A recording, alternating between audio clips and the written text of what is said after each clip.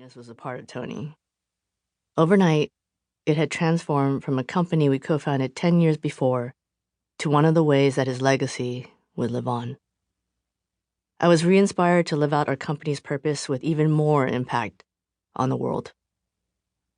As things cleared in my head, I knew the core messages of this book, the relationships among purpose, people, and profits for growth and impact, were still the same as before he died. Even though the world without a physical Tony would never be the same, the why behind this book and the reasons it had to be written grew in its strength. As Buddhists believe, and American political journalist Norman Cousins wrote, "Death is not the greatest loss in life. The greatest loss is what dies inside us while we live." We have no way of telling what forms our bodies and souls will transition to next, so we might as well live fully and wholly in the here and now, or, as Tony liked to say, unapologetically true to our weird selves.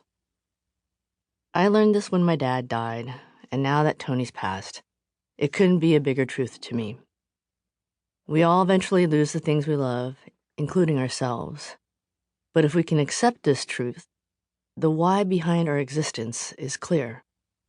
Holding space for ourselves and others to be truly who we are while feeling belonging and love. If there's anything in the world that can slow the metastasis of divisiveness, it's the celebration of what unites us. We all want to love and be loved while being true to our weird, authentic selves, whether at work or in life. This book is about understanding the authentic self in our work-life journeys. It shares how we can get back to the core of who we are and live the purposeful life we want through the work we do every day. It shows how we can adapt to unknowns by applying purpose and values to navigate the future. It shines light on some of the defining questions of our time. How can individuals have a greater effect on business growth and success? How can companies modernize org design so we can each do our best work because we love it? How can we find meaning and create a positive impact in our work and communities, regardless of the challenges the world throws our way? During our Delivering Happiness book tour back in 2010, Tony and I had one of our many random conversations that turned out not to be so random at all. Things still felt surreal as we were traveling around cross-country with our book team on a bus we had bought from the Dave Matthews Band. Our goal to share the message and one of our core values: inspire and be inspired, and have some fun while doing it. We were excited that the book was doing well, but it was also one of the most stressful times in our lives. Being on the road, trying to deliver happiness to others, took a toll on everyone on that bus. In this particular conversation, both Tony and I acknowledged there was something missing in the book. It talked a lot about the ups and downs that he and Zappos had to go through, but it was focused on the company level.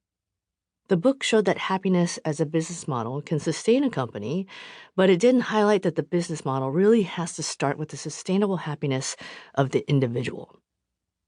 It was obvious to us that healthy companies prioritize culture and purpose, but in order to get there, people have to first know their personal purpose, then connect it to why they show up at work every day.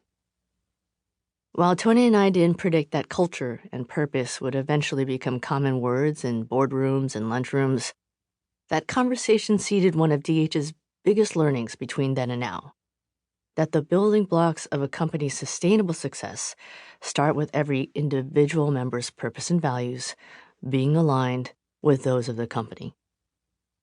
For the next 10 years, in workplaces around the world, the DH team and I gained a deeper understanding of how true systemic change comes down to those building blocks that enable companies to grow.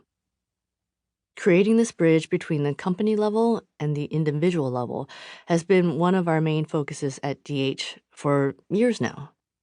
That means leaders at all levels need to get real with themselves first. Whether you run a Fortune 500 company, manage multiple teams, own a small business, or sit on the front line as a receptionist, we can all be leaders of our own lives at work, if we choose.